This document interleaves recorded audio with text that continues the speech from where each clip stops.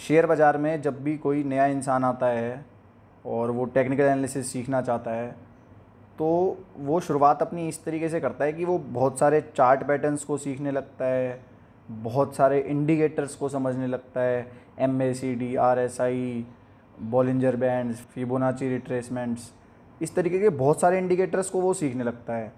और उसको ऐसी गलतफहमी हो जाती है कि अगर उन इंडिकेटर्स के बारे में वो बहुत ज़्यादा जान जाएगा, उनके रूल्स को वो फॉलो करने लगेगा, तो वो पैसा कमा लेगा।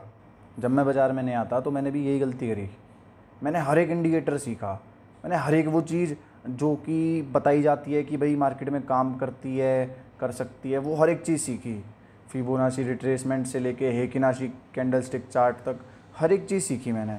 लेकिन आज 8 साल से ज़्यादा मार्केट में बिताने के बाद जब मैं चार्ट देखता हूँ, तो मैं इस तरीके से चार्ट देखता हूँ जैसा आपको स्क्रीन पे अभी दिख रहा है। कोई इंडिकेटर की ज़रूरत नहीं पड़ती, किसी इंडिकेटर की ज़रूरत नहीं पड़ती। ये सबसे बड़ा फ़र्क होता है एक बिगिनर में और एक प्रोफेशनल में। जो नए ट्रेडर होते हैं उनको आप देखोगे वो पैटर्न्स लगाएंगे, इंडिकेटर्स लगाएंगे, बहुत सारी चीज़ें लगाएंगे चार्ट पे। 5-5 मिनट, 1-1 मिनट की कैंडल स्टिक पे वो ब्रेकआउट और ब्रेकडाउन ढूंढने की कोशिश करेंगे। जहाँ कोई पैटर्न नहीं है, जहाँ प्राइस के अंदर कुछ नहीं दिख रहा, वहाँ पे भी वो ज़बरदस्ती कोई ना कोई इंडिकेटर लगा के पैटर्न बनाने की कोशिश करेंगे। क्योंकि माइंड ख़राब हो जाता है इंडिकेटर्स ज़्यादा सीखने से ना, माइंड में कन्फ्यूज़न आ जाता है। हमें हर समय लग रहा होता है कि हाँ इस वाले इंडिकेटर पे तो ये काम कर सकता है, इस वाले से कर सकता है, लेकिन वो सारी चीज़ें वेस्ट हैं। शुरू के 2 साल मैंने वही सारी चीज़ें करी थी, वो सारी चीज़ें यूज़ करके देखी हैं। उन चीज़ों का कोई काम नहीं है बाज़ार में। अगर उन चीज़ों में फंसे रहोगे तो पैसा नहीं कमा पाओगे। अगर पैसा कमाना है तो सिंप्लिसिटी इज़ द की। जितने हम सिंपल रहेंगे, जितने सिंपल तरीके से चीज़ों को रखेंगे, तब हम कामयाब होंगे। सिंप्लिसिटी का मतलब है कि सिंपल जो चार्ट पे प्राइस दिख रहा है, दैट इज़ इनफ। वो प्राइस हमको सब कुछ बताता है। गुजराती में शेयर बाज़ार के लिए एक कहावत भी है कि भाव भगवान छे, मतलब price is everything, price tells you everything. लेकिन वो प्राइस को पढ़ने की क्षमता हमारे पास नहीं होती शुरू में। हमें वो क्षमता डेवलप करनी है। ज़्यादा इंडिकेटर से कुछ नहीं होगा, प्राइस बिहेवियर को समझना आना चाहिए। मतलब सिंपल जो चार्ट पे प्राइस मूवमेंट्स है ना, वो हर समय हमें कुछ ना कुछ बता रही होती हैं। वो हमें बता रही होती हैं कि आगे फ्यूचर में क्या हो सकता है, अभी तक क्या हो रहा है, अभी तक वो स्टॉक किस तरीके से काम कर रहा है। उसके बेसिस पे हम अपनी एनालिसिस कर सकते हैं कि आगे आने वाले टाइम में इसमें क्या हो सकता है, क्या होने की प्रोबेबिलिटी हाई है। देखो आप जितने भी इंडिकेटर्स देख लो, चाहे अलग अलग टाइप के चार्ट देख लो, ये जो चीज़ें हैं ना, ये नॉलेज हर किसी के पास अवेलेबल है। हर कोई 6 महीने में इन इंडिकेटर्स का एक्सपर्ट बन जाता है। उन चीज़ों को इकट्ठा करना कोई बड़ा काम नहीं है। बस वो सीखने के बाद हमको ऐसा लगता है कि हम नॉलेजेबल हो गए हैं। अलग अलग टाइप के नाम के इंडिकेटर्स होते हैं, बड़े कॉम्प्लिकेटेड इंडिकेटर्स भी होते हैं, तो वो सुनने में बड़ा अट्रैक्टिव लगता है और ऐसा लगता है कि काफ़ी नॉलेजेबल चीज़ है। लेकिन एक्चुअली में मार्केट में वो काम नहीं करता। एक्चुअली में मार्केट में सिंपल बिहेवियर काम करता है। अगर सिंपली हम प्राइस को देख के समझ पाएँ कि भाई ये किस तरीके से काम कर रहा है, ये स्ट्रॉन्ग है, वीक है, रेंज बाउंड है, वो सारी चीज़ें होती हैं देखने की, उनके तरीके होते हैं बहुत सारे। तो इसी तरीके से ना आज मैं आपको 2 इंस्टांसेस दिखाता हूँ और उनके ज़रिए मैं आपको दिखाता हूँ कि कैसे हम प्राइस के थ्रू कुछ चीज़ें समझ सकते हैं। प्राइस बिहेवियर को समझना और इवन समझाना भी शेयर बाज़ार में सबसे मुश्किल चीज़ों में से एक है। क्योंकि ये चीज़ के कोई फिक्स फार्मूले नहीं है। इसमें A=B ऐसा कोई फार्मूला नहीं है कि ऐसा करोगे तो ऐसा ही होगा। तो ये एक तरीके की कला है। अलग अलग सिचुएशन में अलग अलग तरीके से सोचना पड़ता है, देखना पड़ता है। ये इतना ज़्यादा फार्मूला बेस्ड चीज़ नहीं है। इसमें थॉट प्रोसेस और साइकोलॉजिकल चीज़ें जो होती हैं, बिहेवियरल चीज़ें जो होती हैं, वो चीज़ें ज़्यादा मैटर करती हैं। तो आप बहुत ध्यान से देखना। अब निफ्टी के चार्ट पे मैं आपको दोनों इंस्टेंसेस दिखाता हूँ। अब देखो ये कोविड के टाइम की गिरावट है। इसमें मैं आपको एक चीज़ समझाता हूँ। कोविड से पहले बाज़ार 12,000-12,500 के लेवल के आसपास था, यहाँ पे था। कोविड आया, पूरी दुनिया पे संकट आ गया, पूरी दुनिया के बिजनेसेस बंद हो गए, सारी चीज़ें बंद हो गई, सारे शेयर बाज़ार गिर गए दुनिया के। हमारे शेयर बाज़ार को भी गिरना ही था। वो 12.5 के लेवल से 7.5 आ गया। उसके बाद क्या हुआ, अगले 6-8 महीने में वापस निफ्टी ने 12,000 के लेवल अचीव कर लिए। मतलब वो 12,000 के लेवल से ही गिरा। इतनी बड़ी चीज़ थी कोविड, पूरी दुनिया बंद हो गई थी, उसमें वो 7,500 गया, लेकिन 6-8 महीने के अंदर ही वापस 12,000। यहाँ पे प्राइस बिहेवियर काम में आता है। बुरे समय में बाज़ार गिर गया, बहुत ज़्यादा गिरा, तेज़ी से गिरा, ठीक है, लेकिन उसके बाद 6-8 महीने में इसने पूरी रिकवरी दे दी। अगर इतनी बड़ी चीज़ होने के बाद भी हमारा बाज़ार सिर्फ 6-8 महीने के अंदर पूरा रिकवर हो गया और दुनिया भर के बाज़ारों से तेज़ी से रिकवर हो गया, तो इसका मतलब प्राइस कुछ बता रहा है ना। यहाँ पे प्राइस क्या बता रहा है? प्राइस स्ट्रेंथ बता रहा है। इतनी बड़ी दिक्कत के बाद भी शेयर बाज़ार 6-8 महीने में फुल्ली रिकवर्ड।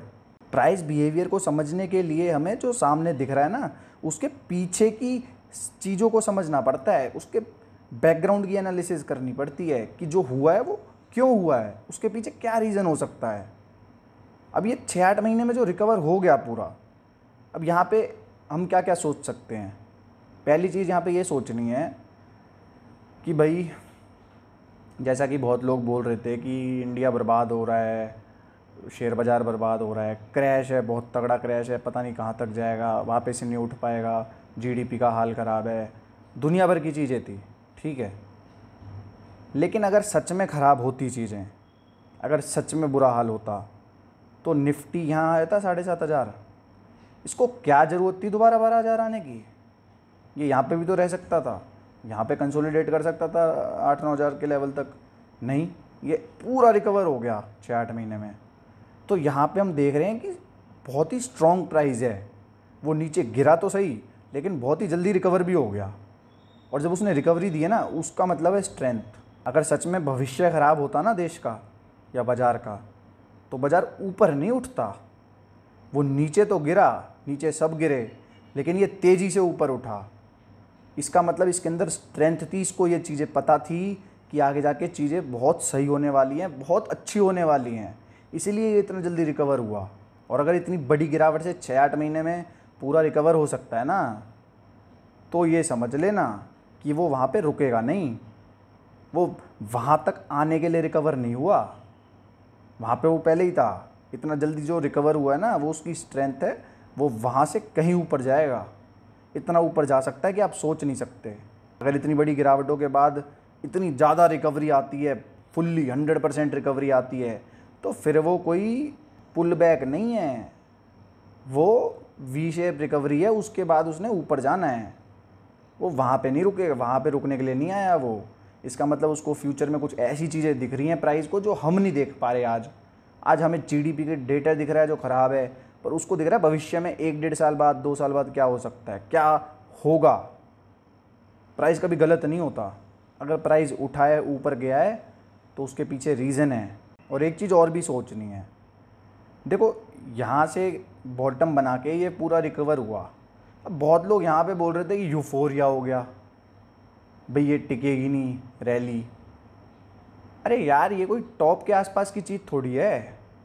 कोई पीछे 5-7 गुना हो चुका हो निफ्टी, तब तो ये चीज़ कोई सोचने लायक चीज़ है। अभी निफ्टी इतना ज़्यादा गिरा 30-40%, उसके बाद वो पूरा रिकवर हो गया। भाई वो नीचे से गिर के उठा है ना।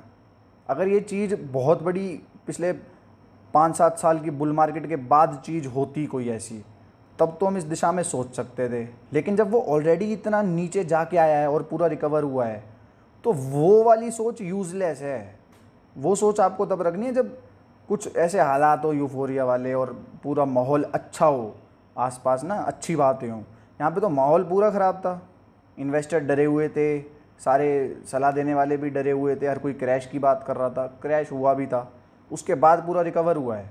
तो एटलीस्ट 100% रिकवरी होने के बाद प्राइस बिहेवियर से ये समझ आ जाना चाहिए था कि अगर हम इस पूरी रैली में नहीं भी खरीद पाए, तो यहाँ से इसने काफ़ी ऊपर जाना है, हम एटलीस्ट यहाँ पे घुस जाएं। हम ये ना सोचे कि वापस ये आएगा, क्योंकि इतने जो नीचे के रेट होते हैं ना, वो 2-2 बार नहीं आते। अगर वो वाले रेट मार्केट ने देने होते तो वो पूरा रिकवरी नहीं होता, उसमें थोड़ा बहुत पुल बैक आता और फिर एक नई लेग करेक्शन की चालू होती है। लेकिन वैसा कुछ हुआ नहीं, पूरा रिकवर हो गया। तो यहाँ पे हमें स्ट्रेंथ दिख रही है। ऐसे ही एक और इंस्टेंस दिखाता हूँ जो बहुत ही रिसेंट है। यहाँ पे देखो आप, ये 7 अप्रैल का दिन है, जो ये बॉटम की कैंडल है ना ग्रीन वाली, ये इस करेक्शन का बॉटम हो चुका है। ये 7 अप्रैल का दिन था, यहाँ पे मार्केट ने बॉटम बना लिया। उसके 20-25 दिन बाद क्या हुआ, इंडिया पाकिस्तान के वॉर की टेंशन आ गई। हर जगह बात हो रही थी इंडिया पाकिस्तान का वॉर होगा, वो 10 दिन तो बात होती रही। उसके बाद इंडिया ने अटैक भी किया, वॉर भी चला 2-3 दिन, ठीक है। अब मार्केट ने यहाँ पे तो गिरावट कर दी, यहाँ पे बॉटम बना लिया, उसके बाद रिकवर हो गई। वॉर पे उसने क्या किया, 24,500 के लेवल से 24,000, 500 पॉइंट की गिरावट दी उसने आपको इतने बड़े वॉर में। बॉटम उसका पहले हो गया।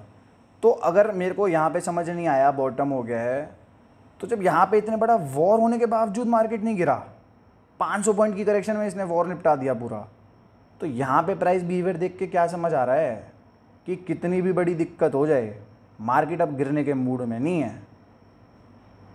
उसके बाद भी अभी आपने देखा जून में भी इजराइल और ईरान का वॉर हुआ, तब भी हमारी मार्केट पे कोई खास असर नहीं आया। तो इस सारे समय में ये प्राइस क्या बोल रहा है, ये कह रहा है कि मेरे अंदर स्ट्रेंथ है, मैं अभी गिरना नहीं चाहता। ये प्राइस गिरेगा नहीं, चाहे हालात कितने भी ख़राब हों दुनिया में, ये उनको रेजिस्ट करेगा। ये प्राइस बहुत ही स्ट्रॉन्ग है इस समय। मतलब एक्सट्रीम दिक्कत हो जाएगी तो ये भी गिर सकता है, पर दूसरों के मुकाबले ये स्ट्रॉन्ग है।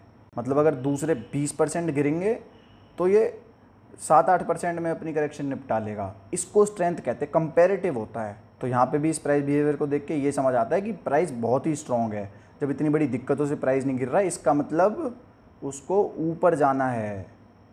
गिरना होता तो वो यहाँ से उठता नहीं, गिरना होता तो यहाँ पे दिक्कतें हुई तो दोबारा गिर जाता बहाना लेके। उसको नहीं गिरना, उसको ऊपर जाना है। ये प्राइस बिहेवियर हमें बता रहा है।